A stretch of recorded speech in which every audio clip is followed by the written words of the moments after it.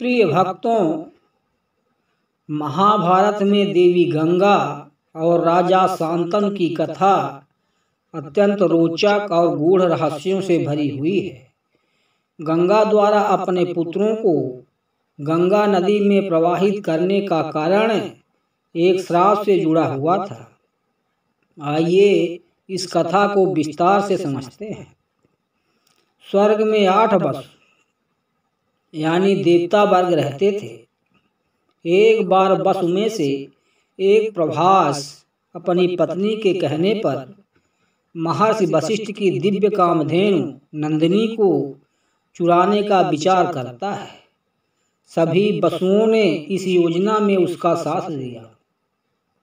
जब महर्षि वशिष्ठ को इसका पता चला तो उन्होंने सभी वसुओं को श्राप दिया कि वे पृथ्वी पर जन्म लेंगे। श्राप से मुक्ति पाने के लिए सभी वसुओं ने देवी गंगा से प्रार्थना की कि वह उनकी माता बने और जन्म के तुरंत बाद उन्हें मोक्ष दिला दे। गंगा ने उनकी प्रार्थना स्वीकार कर ली और धरती पर अवतार लेकर राजा शांतनु से विवाह करने का निश्चय किया। राजा शांतनु हस्तिनापुर के प्रतापी सम्राट थे।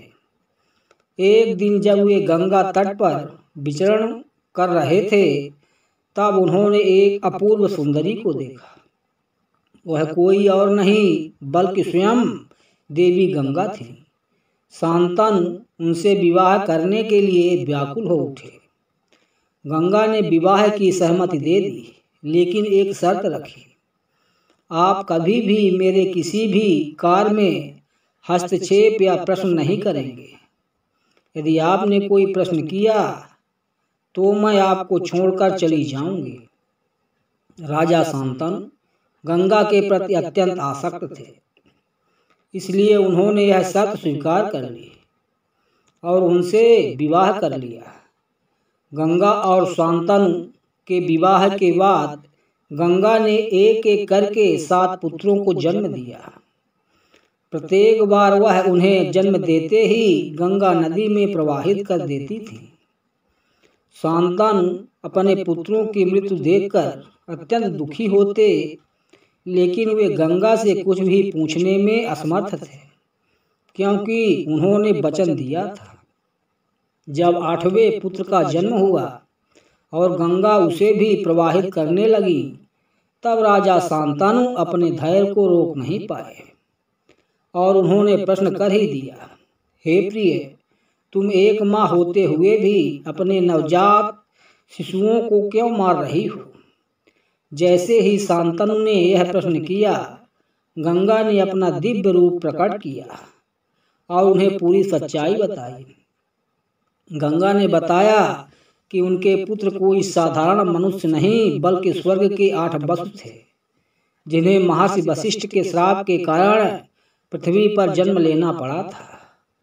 वसुओं ने गंगा से प्रार्थना की थी कि वे उन्हें जन्म देकर तुरंत मोक्ष प्रदान करें, ताकि वे श्राप से मुक्त होकर स्वर्ग लौट सकें।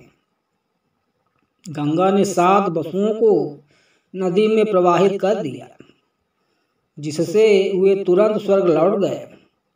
लेकिन 8वां वसु, जिसका नाम प्रभास था, उसने सबसे अधिक अपराध किया था, इसलिए उसे पूरी मानव योनि में रहकर अपने कर्मों का फल भोगना था। इसी कारण गंगा ने उसे नहीं प्रवाहित किया और उसे राजा शांतनु को सौंप दिया। यही बालक आगे चलकर देवव्रत के नाम से प्रसिद्ध हुआ, जिसे इतिहास में भीष्म पितामह के रूप में जाना जाता है। राजा शांतनु द्वारा प्रश्न पूछे जाने के बाद गंगा ने उन्हें छोड़ दिया। हालांकि बाद में उन्होंने अपने पुत्र देवव्रत यानी भीष्म को शिक्षा देने के लिए कई महान गुरुओं के पास भेजा। भीष्म को परशुराम, ब्रह्मर्षि वशिष्ठ और शुक्राचार्य जैसे महान गुरुओं से ज्ञान प्राप्त हुआ। भीष्म ने अपने पिता की सेवा के लिए आजीवन विवाह न करने और हस्तिनापुर के राज्य सिंहासन पर कभी न बैठने की प्रतिज्ञा ली। जिसे भीष्म प्रतिज्ञा कहा जाता है। यही प्रतिज्ञा आगे चलकर महाभारत के युद्ध का मुख्य कारण बनी। गंगा द्वारा अपने पुत्रों को नदी में प्रवाहित करने का कार्य क्रूर प्रतीत होता है, लेकिन वास्तव में यह उनके मोक्ष का मार्ग था। उन्होंने वसुओं को श्राप से मुक्त करने के लिए यह कदम उठाया था। यह कथा केवल भाग्य और प्रारब्ध की कहानी नहीं है, बल्कि यह त्याग, कर्तव्य और प्रतिज्ञा की महान गाथा भी है, जिसने महाभारत के इतिहास को आकार दिया।